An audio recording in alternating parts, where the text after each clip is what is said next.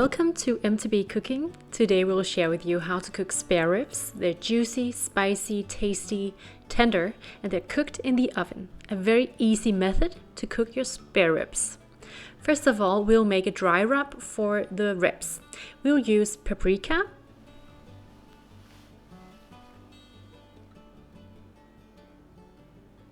and we'll add onion powder, garlic powder,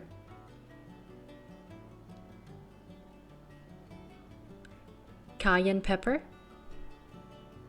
cumin, salt, and black pepper. Then we'll add in brown sugar. This will add this sweet touch to the rub, which is of course indispensable when cooking spare ribs.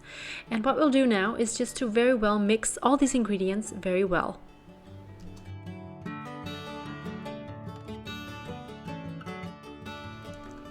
Once the dry rub is nicely mixed, we have this beautiful powdery red colored rub. But we will first need to take care of our pork ribs. We have here a rack of ribs on which there is a membrane. And we need to remove this membrane as it's not something we want on our ribs and we don't want to chew on it later on. So we can remove it using a small knife and our hands. It does take a bit of working out how to do this technique-wise, but once you get the hang of it, it's actually easy enough to sort of pull off the membrane. And it's going to be a really relieving feeling for you once you can pull off the rest of that membrane.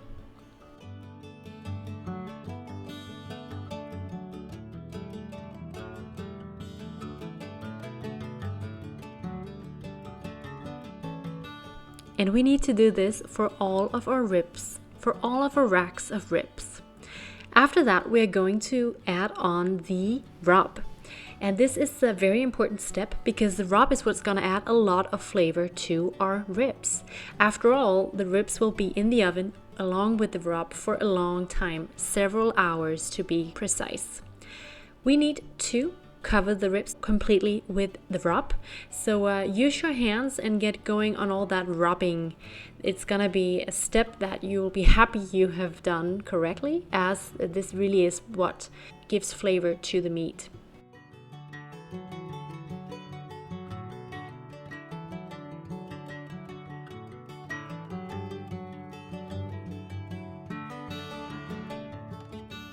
And we add the rub on both sides of the ribs. This is very important as we want the flavor to be all over the ribs, and we are going to eat all of the juicy meat on these bones, that is for sure.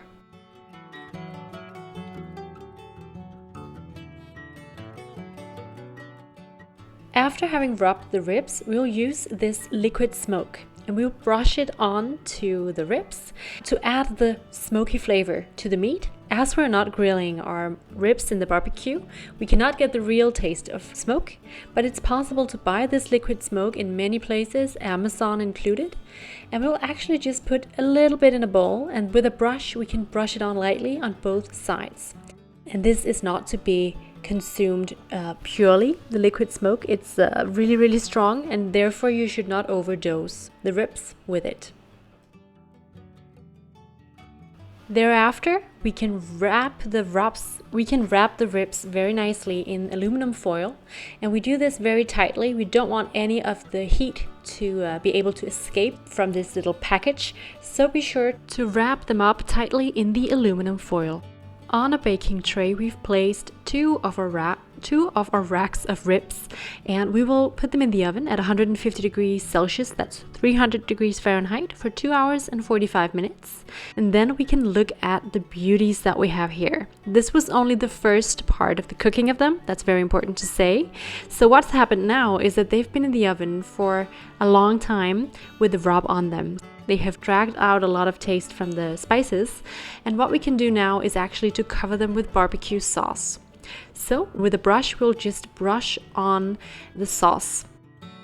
This is going to give the glaze to the ribs. It's going to be the last finishing touch that will caramelize in the oven when they are cooked the second time around. So this Barbecue sauce we brush on to both sides of the ribs. Of course, you can make your own barbecue sauce, but it's not a problem at all to use the Sweet Baby Ray's one. We really prefer that one for our ribs. It's actually possible to put these ribs in the freezer right after the first cooking round, so before adding the barbecue sauce. If you put them in the freezer, then they're ready to, for another time, be finished with the barbecue sauce and a second time in the oven. We've cranked up our oven to 150 degrees Celsius. That's maximum on our oven. That's 480 degrees Fahrenheit. And then we've turned on the grill.